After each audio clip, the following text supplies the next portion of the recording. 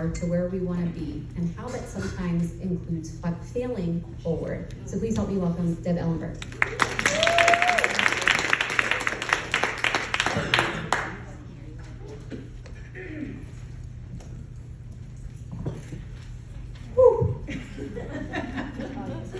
I will say that this is a talk that I wrote 2 years ago, and it has been evolving ever since. And just standing up right now, I'm like, whoo, getting a little wave of emotion, which is really good. So I will say what we're going to talk about today are 3 things. We're going to talk about really what are your beliefs about failing. Second thing, we're going to talk about how do those beliefs impact the results that you get. And the third thing, I'm going to talk about some key strategies that enable us to fail forward or fail up. So, with that said, I am also going to give a disclaimer. That disclaimer is that there is probably nothing that I'm going to say today that you haven't already heard before. And, if that's the case, it's going to serve as a reminder. But if you are like me, sometimes the timing just has to be right for something, that information to resonate, so you can take it and apply it and run with it. So whatever the case is after today, I think this stuff is really powerful, gets emotional, but I am honored to be here with you today and to share this information. So with that, I'm gonna start with a question. Okay, let's turn it on first, huh? Or maybe not. Ding, ding, ding. Okay, the battery doesn't work. No, I did. That would help. Okay. So she's going to get it all connected, and that's okay. If we didn't have slides, I could still do it. So I'm going to start with a question. That question is, what's the opposite of failing? Anybody? Opposite of failing. What is that? Success? Anything else? Accomplishing, winning. You know what? Say it here. Dang it. All right. Thank you. So I'm going to say the opposite of failing is not winning. It's not success. The opposite of failing is giving up. And I say the opposite of failing is giving up because when we win, when we succeed, when we move forward, that all requires action. When we give up, there is no action. So failing or giving up, taking action or not, that's a choice. So it's our choice. So the real thing when you think about failing, it's really an issue of intent. What do we do with that information when we fail that really decides, do we take that information and kind of run down a bunny hole that says this just validates, and all the feelings of doubts and insecurities, the regret, the disappointment. Do we take that information and run with it that way? Or do we use that information to say, you know what? I've learned something. I'm going to grow. I'm going to develop. I'm going to pivot. Again, that choice is ours to make. Yeah. So then it comes down to your beliefs. So I ask you, what are your beliefs about failing? So you're going to see as I put these things up, you might have beliefs that say, you know what? If I'm not failing, I'm not trying hard enough, or I'm not setting my goals high enough, or I do or do not. There is no try. Or it's kind of one of those things, I don't want to fail. I'll just wait until I get it perfectly, and then I'll go out and do it. Or, oh my God, if I fail, I'm a failure. There's all these beliefs that we may have, and a little bit of both might resonate with you. What do you think? Yeah, a little bit of both. I ask the question then, who controls your beliefs? You yourself. We control our beliefs. And that's a cool thing. So again, when you start thinking about, failing, what are the beliefs that you embrace? So I've got a driving belief that I actually give credit to Greg Orth, Jackie Orth's husband, And as I joined Greg and Jackie 5 years ago, a little bit over 5 years ago, Greg taught me this belief. I used to say, you know what, everything happens for a reason. Anybody say that? Mm-hmm. Yeah, it's for a reason, yeah. From Greg, I learned this. Everything happens for our benefit. So the two are similar, but I'm going to tell you that they're very different. Because when you say everything happens for my benefit, when crap happens, when we fail, and it will, you know, the first thing then that pops into my head, or pretty much, you know, immediately thereafter is, what's good about this? What am I supposed to learn from this? When I say everything happens for a reason, that's just like, oh, well, it happens.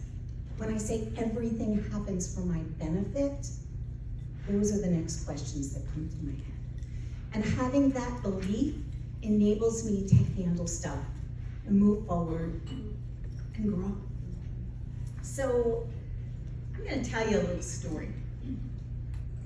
So like I said, I wrote this presentation about 2 years ago. And I call it, it really is what I would describe as my epic fail. And it's what I described as my epic fail then. So let me tell you. So Greg and I had a prospect meeting. And it was a meeting with a friend of mine that I went to high school with. So I hadn't seen this guy in years. Turns out, he's a big CEO of a very large company. We connected over LinkedIn. He started following my stuff. Woo! And all of a sudden he was like, hey Dad, we should get together. I want to learn a little bit more about the Sandler stuff. So we meet for lunch. Greg and I, you know, we meet him. And we are getting situated for lunch. We are just sitting down, having small talk.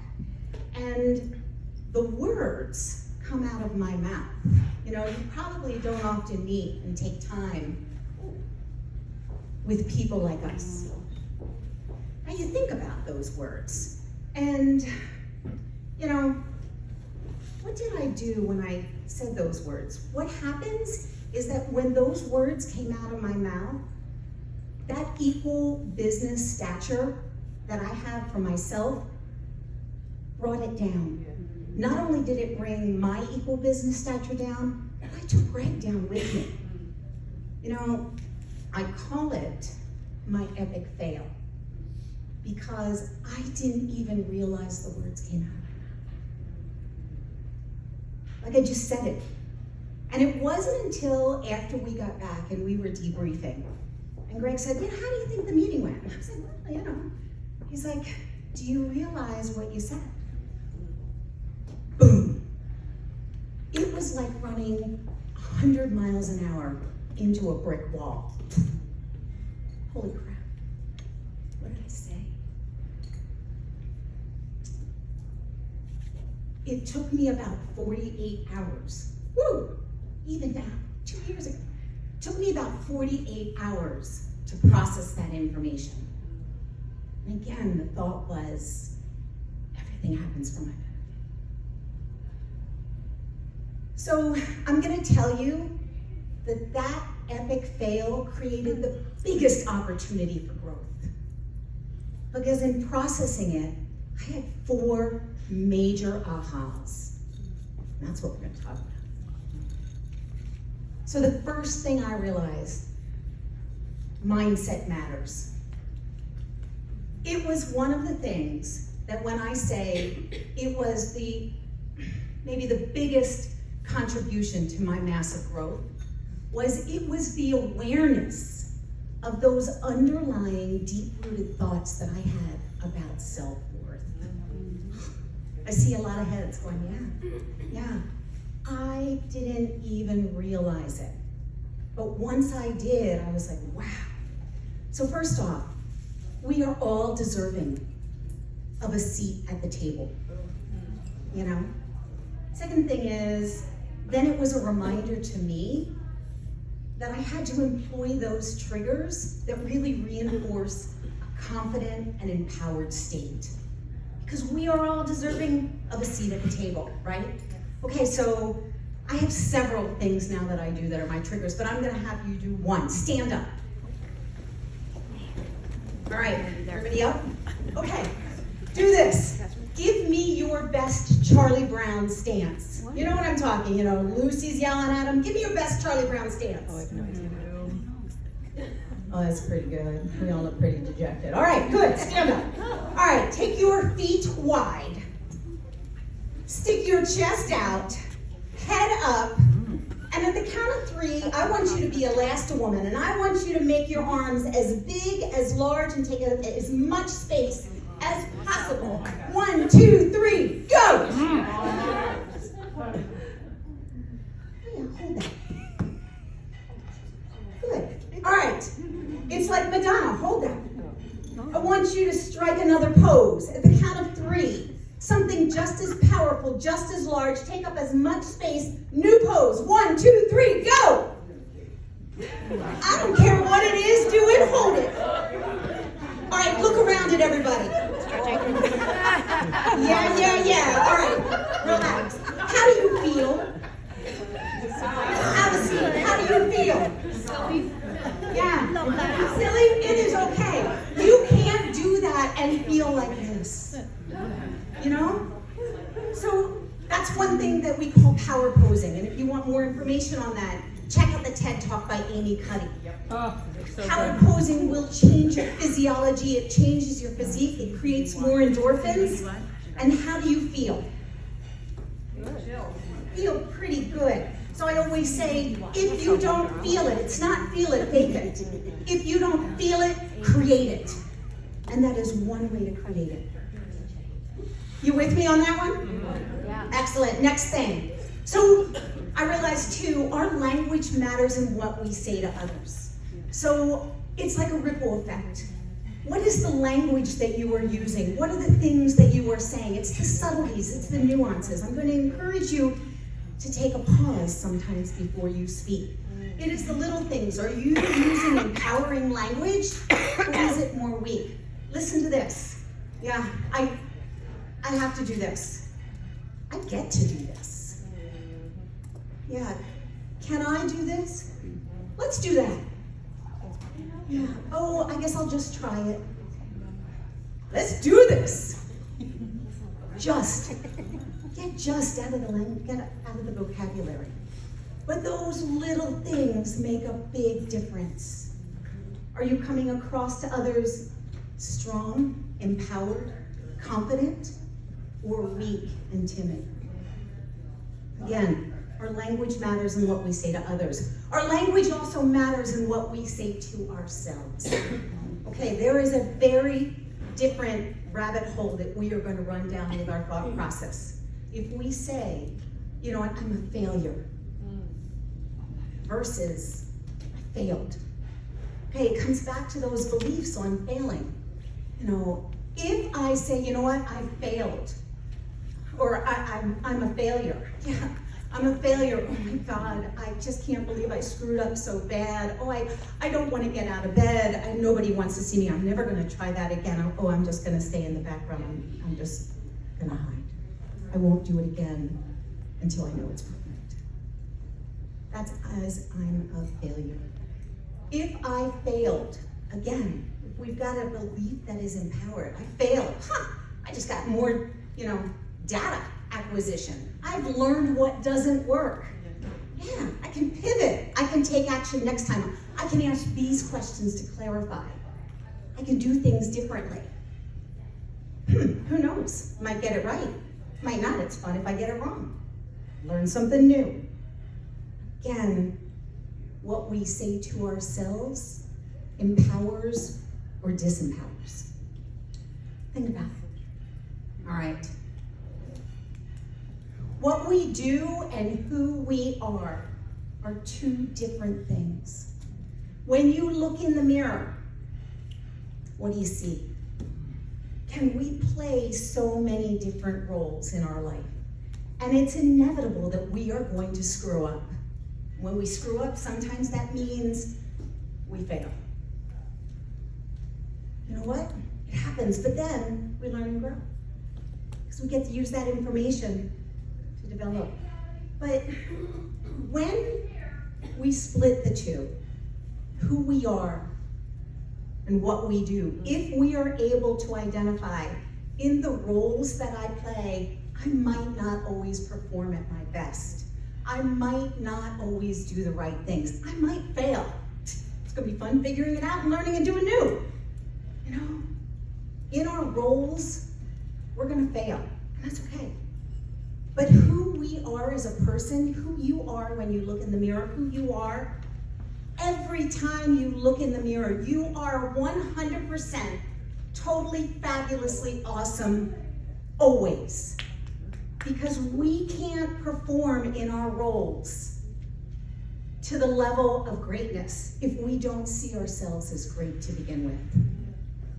Repeat after me.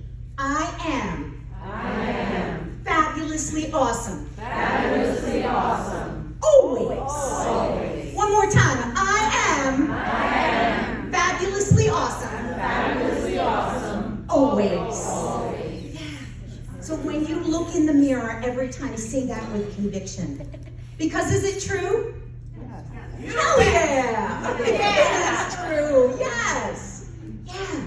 But if we don't believe that to our core, who we are, when we screw up, when we fail, it's gonna be really hard to pick ourselves up. So, you know, the cool thing, it's really, you know, the joy in the journey. So as you are setting goals, there are going to be goals that we set that we don't hit. There are going to be goals that we set that we just failed or we didn't achieve. You know, and I say, when you are setting these goals, don't look at, you know, oh, I did or I didn't. Instead, look at it as milestones. Look at it as, okay, I set this goal and I meant to maybe get here. That was my goal, but I only got here, I only got halfway. Turn around and look at the progress that you made. Focus on that versus focusing on, I didn't get what I wanted, I screwed up. So it's really turning around and focusing on the progress that we make as we go through this journey. It really excites and empowers. True? Yeah. So, you can see my red letters do, because at the last talk that we had lunch, I had somebody come up and suggest, you know what, get rid of try, because we're taking try out of our language. And I'm like, you're right, it's do. So, I am a firm believer that the best losers are the biggest winners. And the reason is because they get out there. They do again, they learn, they grow. You know, they're not scared to fail. When they do fail, they pick themselves up, and it's like my dog. Pick themselves up, shake it off, all right, let's go. So be like my dog, pick yourself up, shake yourself off, and do it. Because the best losers are the biggest winners. And I think that we all are going to be best losers this year. Because if we're the best losers, what are we? So I'm going to say to you, as I wrap up and just, you know, say, here, connect with me. Let's love to learn more. I hope this was helpful. I will ask, maybe is there one thing that resonated with you today that you're going to take action on? Go out, do it. I love you guys. Thank you so much.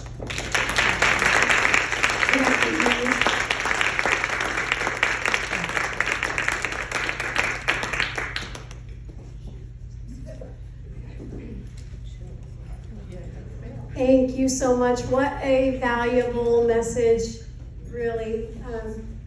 I had the privilege of hearing it the first lunch meeting of the month, and take so much out of that talk. So thank you. That's amazing. Thank you. I'm going to pass our for our connection, our basket for our connection slips, so you can put those in there. Typically in our meetings, this is where we go into celebrations. And if you are new or newer here, we as women do not celebrate ourselves enough.